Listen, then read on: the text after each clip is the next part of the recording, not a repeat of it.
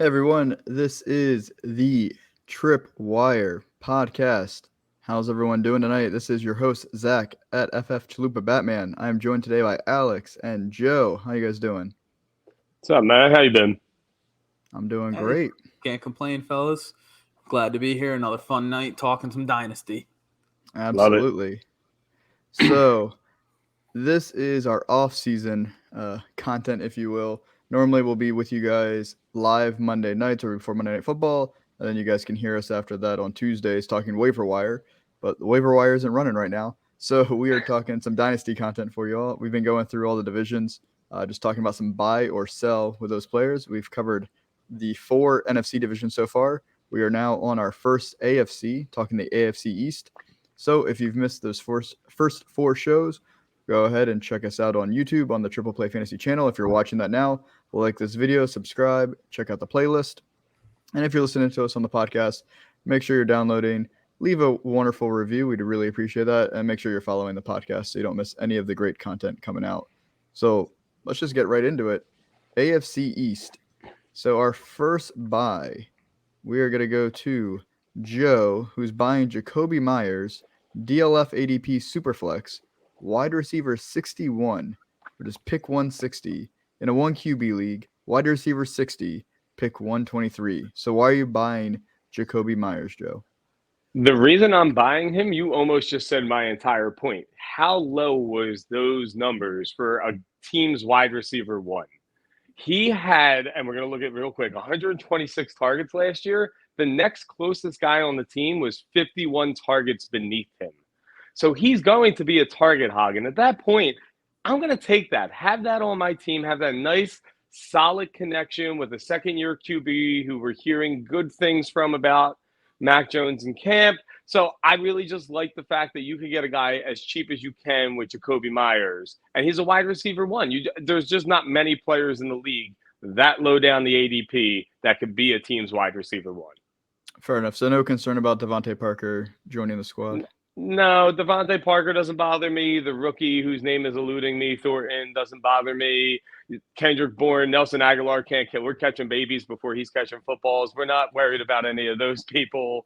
The only one that you have to worry about is Hunter Henry because he is the touchdown guy, but does that regress back to the norm? And does Jacoby finally get a positive touchdown regression? Because there's no way he keeps scoring. What do you have, 2 last year? It's not going to happen again. He's going to get a few more. I think Mac Jones likes him. Obviously, he targeted him the most. I think he's fine. No, I agree that at that low of a price, you're not even buying. It's free. Yeah. So looking at some recent trades, tell me what you guys think. And the first one's interesting because we got some teammates involved. So we got Jacoby Myers or Kendrick Bourne and a 2022 rookie 308 pick.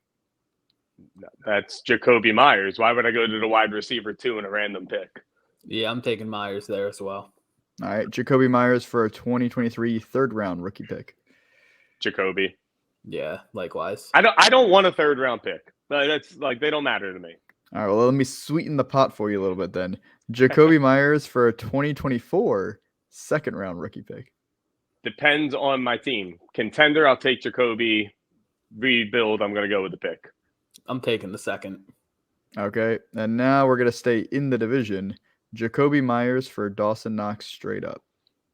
Well, I have to pick Jacoby Myers because of later in the show, so. Spoiler alert. Yeah, if it's a non-tight end premium, I'm going Myers as well. All right. So then we're going to keep it going on the buys. So, Alex, your buy is Zach Wilson, QB for the Jets, coming into his second year. He is in a super flex where you have to start one quarterback, can start 2, though. ADP, QB 20, pick 42. Or in a 1 QB league, QB 20 again, but pick 176. So why are you buying Zach Wilson? So normally when you have a second-year quarterback, you want to see the team take the steps around them and put pieces around them, whether it's adding help to the offensive line. The Jets did that. Last year, they drafted Elijah Vera-Tucker. This year, they signed Laken Tomlinson from the 49ers. You can check that box off. They spent premium capital on offensive skill positions. Last year, they spent a second round on Elijah Moore. This year, they spent the 10th overall pick on Garrett Wilson, wide receiver from Ohio State. and a second-round pick, actually traded up for Breece Hall. You can check that again. The ceiling is absolutely astronomical. At the same time, that floor is also the bottom of bottoms. But if you look at it, QB 20, few guys who are like right ahead of him in that 15 to 18 range include Derek Carr. Yes, Carr was a lot better last year, but I would take Wilson over him. We know what Carr is. Carr isn't going to be a top 5 to 7 guy. Wilson can go out there and throw for 35 and 4,000, which is very high, but it is possible. Tua, yes, they did get Jalen Waddle, second year in the league, and now Tyreek Hill. So he does have a little more experience and better weapons. But I'm still taking the arm talent of Zach Wilson over Tua. And then you got Mac Jones, who has no business being drafted ahead of him, like absolutely none. So it's more, the cost is so affordable. And speaking of that affordable cost, Zach, let's hear some of those recent trades. Sure. Before we get into the trade real quick, I will say I love his weapons, but I am not as much of a Wilson believer as you, and I would take Derek Carr all day over Wilson. But let's talk about those trades. So we got this one specifically is a 1 QB league. The rest of them will be super flex. So for a 1 QB league, Zach Wilson for Alexander Madison straight up. I like Madison so much. I think I'm going to go with him. I'm going Wilson there. Madison, the only way he really becomes of value is if Dalvin goes down this year. Which there's a chance it's a couple games. Like every year. There's a chance it's a few games. When? But if you're trading for Zach Wilson, you need a QB. He's young. He's a good piece for you as a QB2, as a contender, or if you're rebuilding, he's a good guy to build around. I'm not disagreeing with you. I just think it's funny that we're saying if Dalvin Cook gets hurt. If. Not wishing him to get hurt. Wishes were fishes, the world be an ocean. Yeah. All right. So now we're back to Superflex. Zach Wilson and a 2023 third-round rookie pick for Kenny Pickett. Zach Wilson. Yeah, I'd take Wilson over Pickett straight. Yeah, I don't even need the pick. The pick should be the other way around. I agree. Yep. All right, Zach Wilson for a 2022 rookie 105 pick and the 205 pick. Give me the picks. Oh, I'm going Wilson. Because you got to think at that 105, that'll probably put you with his teammate Garrett Wilson in that range. No QB should be going that high. And that 205, that puts him right around the Wan'Dale Robinson. So it's essentially Zach Wilson for Garrett Wilson and Wan'Dale Robinson. Is how I broke it down in my head. Yeah, I was going to say, you could see that I'm not as high on Zach Wilson with wanting the picks. I can certainly see that. Yeah. I'm in the minority this episode, but that's okay. I think this one should be a slam dunk, but hey, I could be crazy. Zach Wilson for Cam Akers straight up. I mean, we're talking super flex still. I'm going to go Cam Akers either way, but yeah. I want the running back that has that high potential out of that. And Zach Wilson, I'm afraid that if the Jets struggle with this class coming in, let's say the Jets have a top 5 pick for some reason, is he still going to be the guy that they go to? Things get changed so quickly anymore in the NFL. So I'll take Cam Akers, and I'll take that risk there. That's a tough one. Akers, obviously, we all know coming off that Achilles injury. Wilson, if Wilson's my QB1 on that roster, I'm not making that move. Yeah. But if he's my QB3 or 4 and I need a running back, I would take Akers there. So that one, it's context specific. If he's your QB1, you're in a significant rebuild right now. Oh, absolutely. And you shouldn't be trading for a running back at that point in the rebuild. Yeah, that's very true. And speaking of Joe mentioning that things can happen quickly, just ask Josh Rosen how quickly things change when your team gets a high draft pick the following year. That's very true. My true. Lord, that's so true. Whoops. All right. So now we're going to move. Speaking of Josh Rosen, we're going to move on to selling. So, Joe, your sell for the AFC East is Buffalo tight end, touchdown extraordinaire, Dawson Knox. His ADP in Superflex is tight end 10 at pick 126, and then 1 QB tight end 11 at pick 118. So very similar between both. So why are we selling Dawson Knox? See, that's just wild to me. Like, do you like? It's very simple. Like, do you like Stephon Diggs? Do you think there's going to be a breakout from Gabe Davis? Do you like James Cook, the draft pick? Do you think Josh Allen's going to continue running? If all those are yes, where the hell is Dawson Knox going to get any time to do anything? The guy had 49 catches, and yes, touchdown extraordinaire, 9 of them, but we all know the touchdowns vary from year to year, and this just reeks of Robert Tonyan. That just happened a couple years ago with Robert Tonyan, and everybody was like, oh, he's the next big thing, drafted around that 10, 11 mark, and then he flops, and then you get nothing for him. So if I have Dawson Knox right now, I'm going to try to get rid of him because this is probably the highest I'm going to get for him. He's not going to get a lot of targets. I don't see that, especially like if you like any of the accessory pieces like McKenzie or Crowder or anybody else on that team on top of Diggs and whatnot. There's just not enough for Dawson Knox in my eyes. Plus, OJ Howard showed up too. So there's a lot of people there. And I don't see it. I just don't see it for Knox again. So sell them while you can. I'm all about selling people at their peak and getting maximum value back. Here's a throwback for some of you. Gary Barnage. Yeah. God. Yep. Imagine holding on to 1,000 him. yards that 1 year. Yeah. Yeah, I want to say he had It was double-digit something touchdowns. astronomical. It was like at least 10 Yeah, touchdowns. Something imagine crazy. holding on to I have him. to look Like you this hold on to him. That's basically the concern right here. Is you hold on to that one-hit wonder, and then you're just stuck forever. Yep.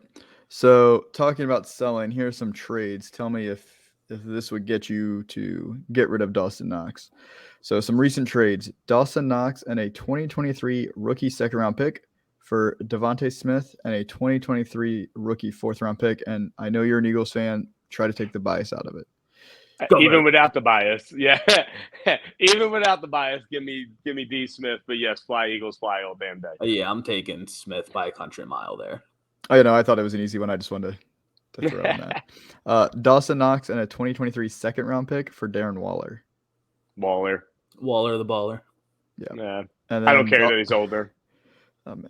What's up with all these Eagles trades? Dawson Knox and a 2022 rookie 308 for Jalen Hurts in a 1 QB league. Give me Jalen Hurts. I got a shot in MVP. Yeah. Hurts as well. Yep, no, I agree. All right, that was an easy one. But I agree with Dawson Knox probably going to see significant touchdown regression. But hey, you never know. Just definitely not a sticky stat. Yeah. Before we hop in 2015, at the age of 30, Gary Barnage truly broke out. He saw 125 targets, had 79 grabs, 1,043, and 9 touchdowns. Prior to that, he had about 600 yards in his career and 3 touchdowns. Truly a breakout out of nowhere. Man, that's wild. But at least he had great target numbers. He did. Yeah. He did. Yeah. That's something Dawson Knox can't say. Yeah. Yeah. He had more catches than Knox had targets. That's crazy. That's wild. And then he was gone. Yeah. And that leads me to my segue to my next sell player, because he's also going to be gone, is for Alex, Damien Harris, which is the running back for the New England Patriots. In Superflex, he's going as the RB31, pick 113. And in 1 QB, he is also the RB31 at pick 100. So very similar value in both types of formats. So why are you selling Damien Harris, Alex? Oh boy, this is going to be a CVS receipt long list.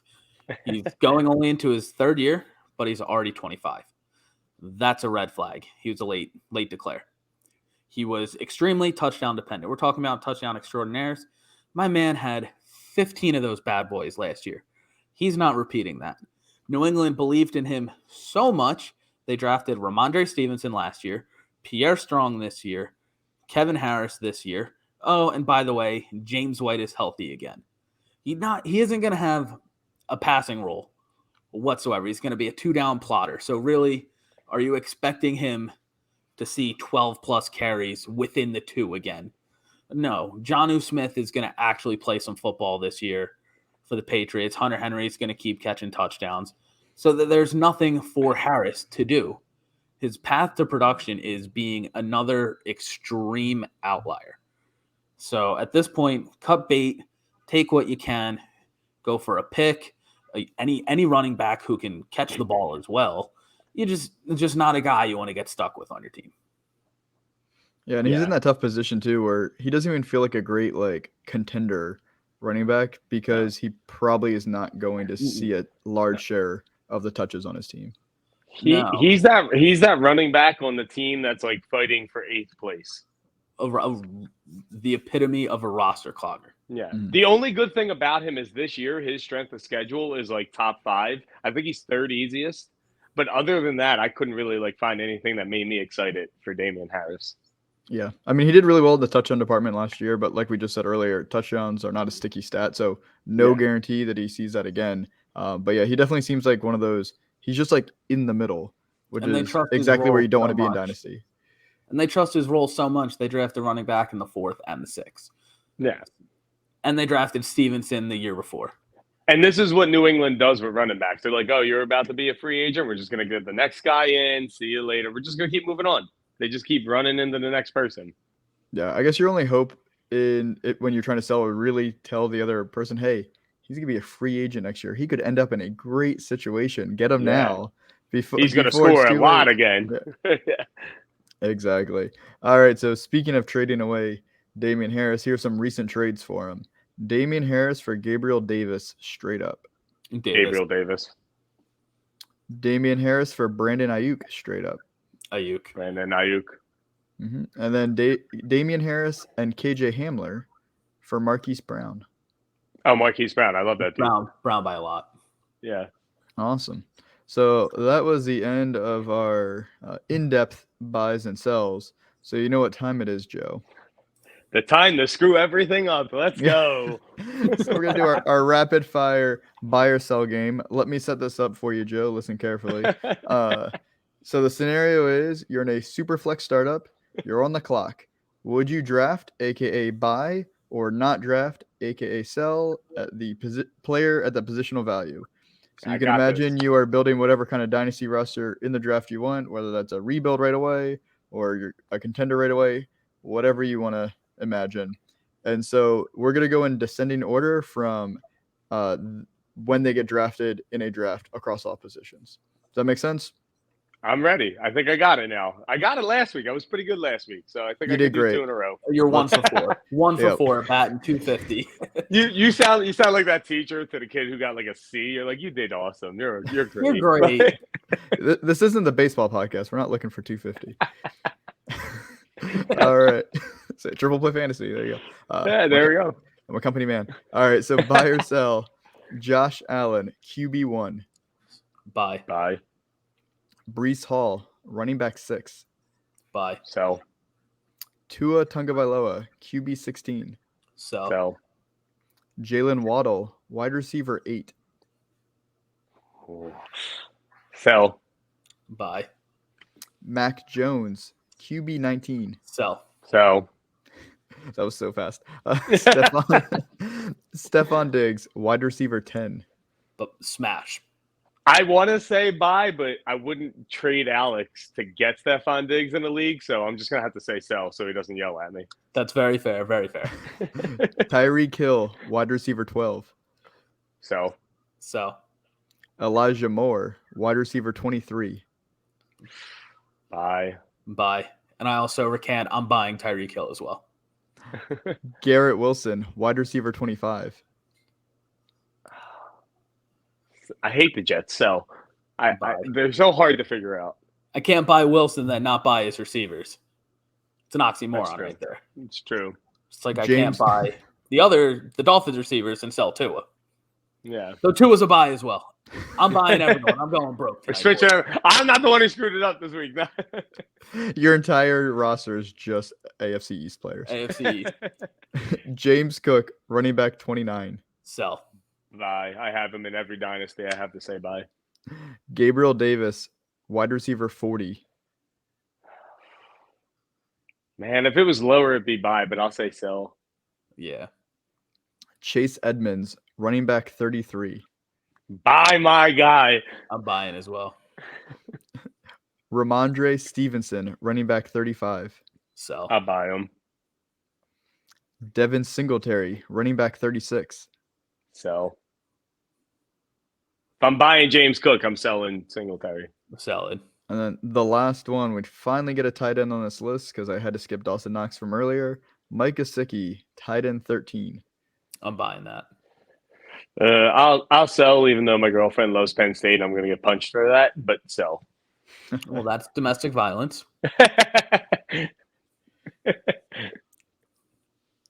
Just a little. Just a little smidgen. bit. Yeah. No Joes were harmed in the making of this. Yeah. Totally fine. Open hand slap. No. So with that is the end of our game. I think, Joe, you nailed it 2 for 2 now in a row. So I'm good. Batting 500. We're working our way to the Hall of Fame. So, there we go. Getting closer, baby. There we go. So normally, like I said, we're talking about divisions, and you would think we're going to stay in the AFC next week, but we are going to switch it up for you guys a little bit. The Scott Fish Bowl is coming up real quick. The actually first 2 live drafts are July 2nd, so right after this show comes out. But the main draft starts on July 11th. So next week, we are going to be talking some tips and strategies for Scott Fish Bowl 12 to get you guys ready for the 2,400 to 3,000 people that are going to be in that awesome draft. So thanks again for joining us. Like I said, if you are watching us on YouTube, please like the video. It's a great way to support us. Subscribe to the channel. It's a great way to see lots of awesome content, not just our wonderful faces. We get to learn about baseball, basketball, movies, food, all that great stuff. And if you're listening to the podcast, make sure you are downloading and that you are following the podcast channel so you don't miss all the wonderful episodes coming out every week, not just from us. We have interviews. We have great shows from the main show as well. Would hate for y'all to miss that. So, Alex, Joe, have a great one. Thank you all for tuning in, and we'll see you guys next week. See ya. See you guys.